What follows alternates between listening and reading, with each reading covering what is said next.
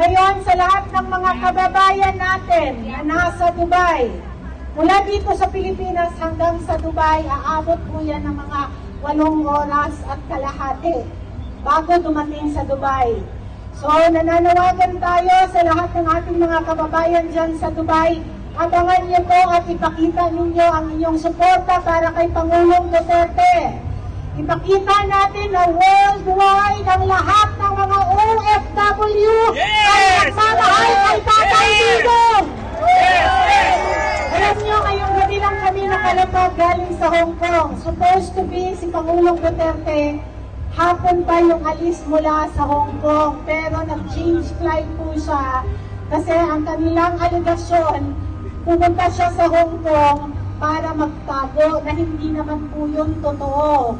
Pumunta po siya sa Hong Kong kasi inimbita siya ng mga OFW dahil namimiss siya ng ating mga kababayan dahil mahal na mga OFW si Tatay Digong.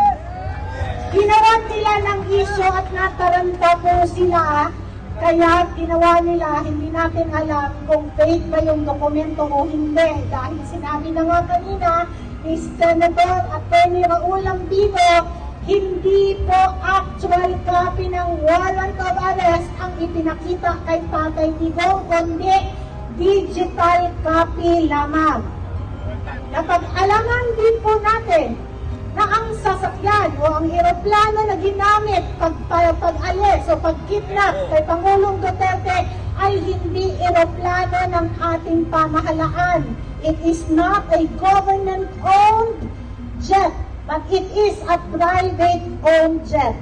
Sine-check pa natin pero meron pong balita na sinabi na ang nagmamay-ari ng jet na ginamit ay either si Speaker Romualdez o kaya si Zaldico.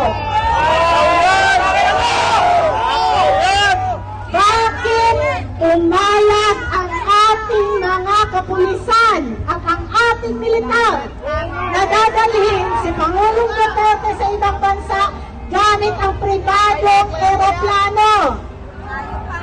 Kung ito ay dapat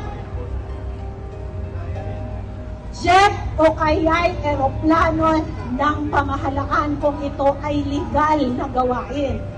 Pero dahil na kidnapping itong ginawa nila, pribadong eroplano. Sinabi ko kanina, allegedly, baka mamaya hulihin nyo ako, sasabihin nyo naman ako'y nag-fake news.